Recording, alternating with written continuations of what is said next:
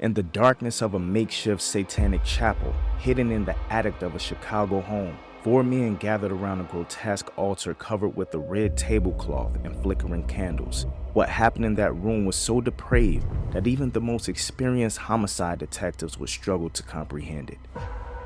They would take the severed breasts of their victims and place them on this altar. Then, in a twisted ritual that defied all human decency, they would masturbate onto the mutilated flesh before consuming parts of it in what they called their communion.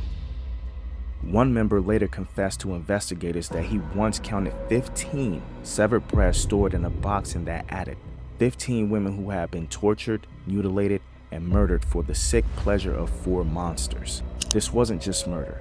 This was ritualistic torture carried out by a group so evil that one detective said that their leader made Charles Manson look like a Boy Scout. Welcome back to Common Sense Ain't Common.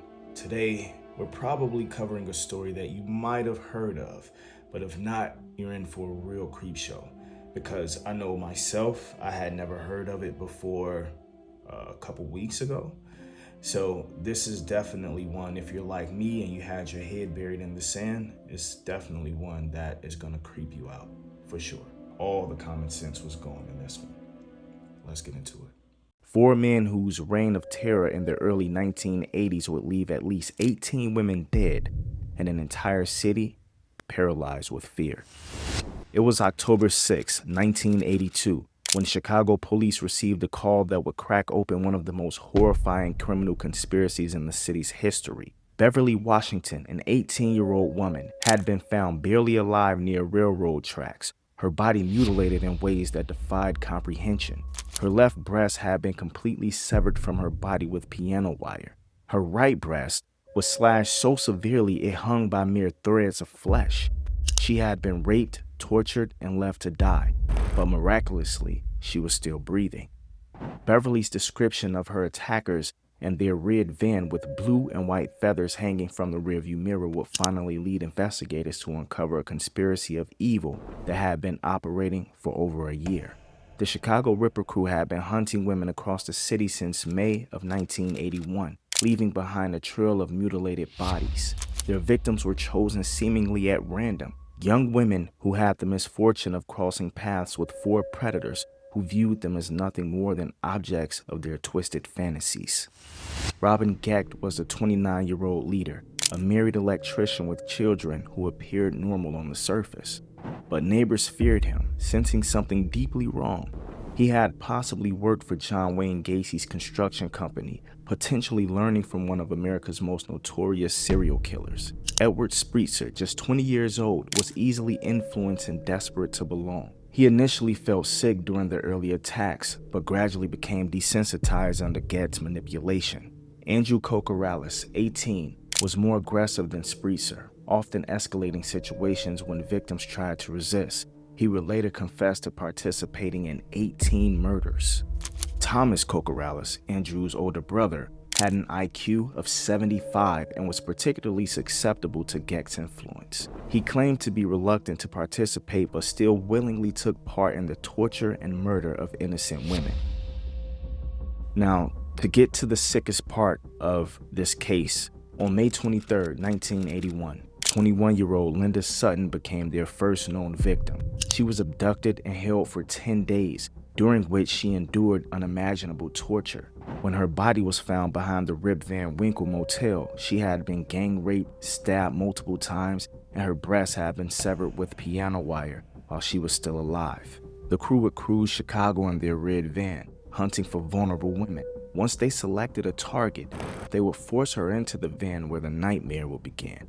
They developed a specific method, using piano wire to slowly sever their victims' breasts while the women were still alive, prolonging their agony. But the horror didn't end with death. They would take the severed breasts back to Gecht's attic, what they called the satanic chapel, where they performed ritualistic acts.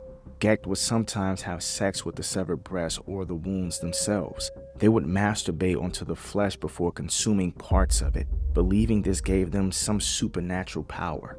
After nearly a year of silence, they resumed killing in May of 1982 with increased brutality. Lorraine Borowski, 21, was abducted in broad daylight walking to work. Her family searched for 5 agonizing months before her body was found in Clarendon Hills Cemetery. She had been raped, hacked with an axe, and mutilated in the crew's signature style.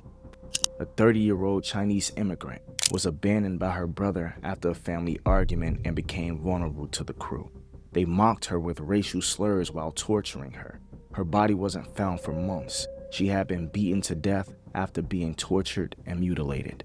Sandra Delaware was found strangled by the Chicago River, her left breast amputated with piano wire. Rose Beck Davis, 31, a mother trying to support her family, was found in an alley with identical injuries just days after Sandra's discovery. Beverly Washington's survival changed everything. Her detailed description of the red van led police to Robin Gecht on October 20th, 1982. When they searched his vehicle, they found blood traces and fibers linking it to multiple crime scenes. The breakthrough came when police arrested Gecht's associates. Unlike their leader, the younger man cracked under interrogation. Edward Spreetser provided a 78-page confession detailing the crew's activities, describing the satanic chapel and the box containing 15 severed breasts. Andrew Kokorales confessed to participating in 18 murders, providing exact details that matched physical evidence. Thomas Kokorales also confessed, though he claimed to be a reluctant participant, afraid of Gecht. Only Robin Gecht maintained his innocence throughout. When police searched Gecht's home, they found the attic chapel with its altar and ritualistic items, the rifle used to kill Rafael Tirado, and most disturbing of all, the box containing decomposed human breast tissue that confirmed the ritualistic nature of the crimes. Robin Gecht was never tried for murder due to the lack of direct evidence, but was convicted of rape and attempted murder of Beverly Washington. Judge Francis J. Mahone told him, "Only a devil would do these things. An animal would not do these things. Only a monster would." He was sentenced to 120 years and remains in prison today. Edward Spreetser was sentenced to death for Linda Sutton's murder, but his sentence was commuted to life without parole in 2023. He remains incarcerated today. Andrew Kokorales was executed by lethal injection on March 17, 1999, the last person executed in Illinois before the state abolished the death penalty. His final words included an apology to the Borowski family.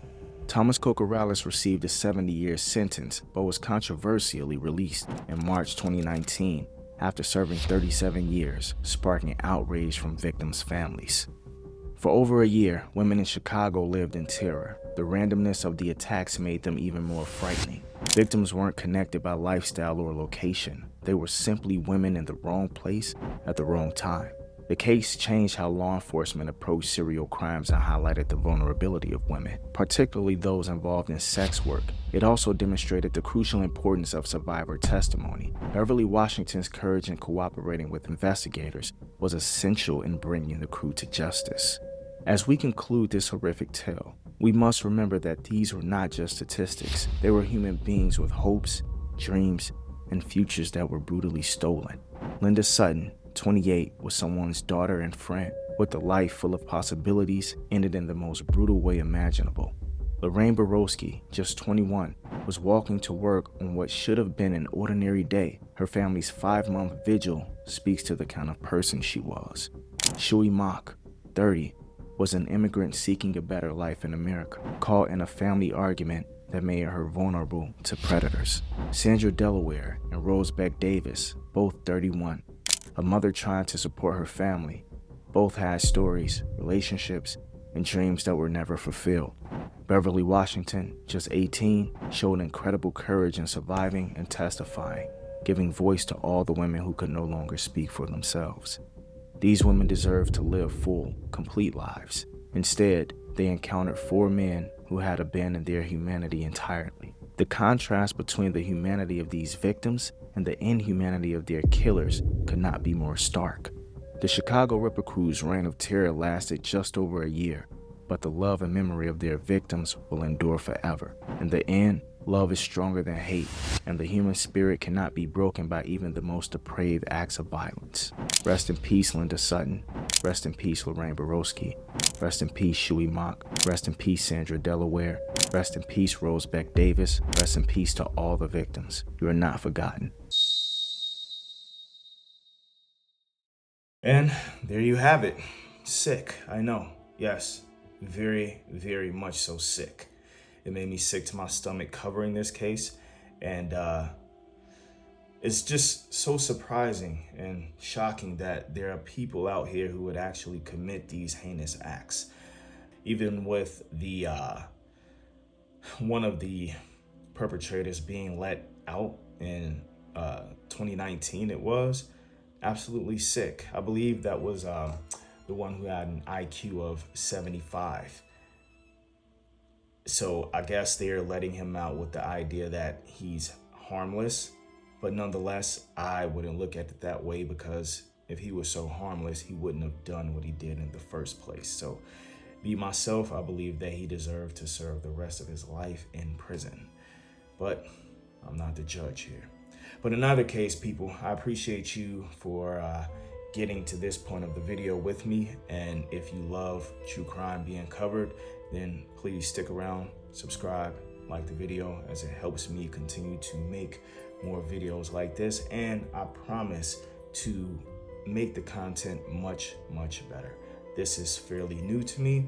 Not writing, I've always written, but the YouTube thing is fairly new to me. But I promise to practice my craft and have the editing get better and better. So if you're along for this ride with me, I muchly appreciate it, and I love you.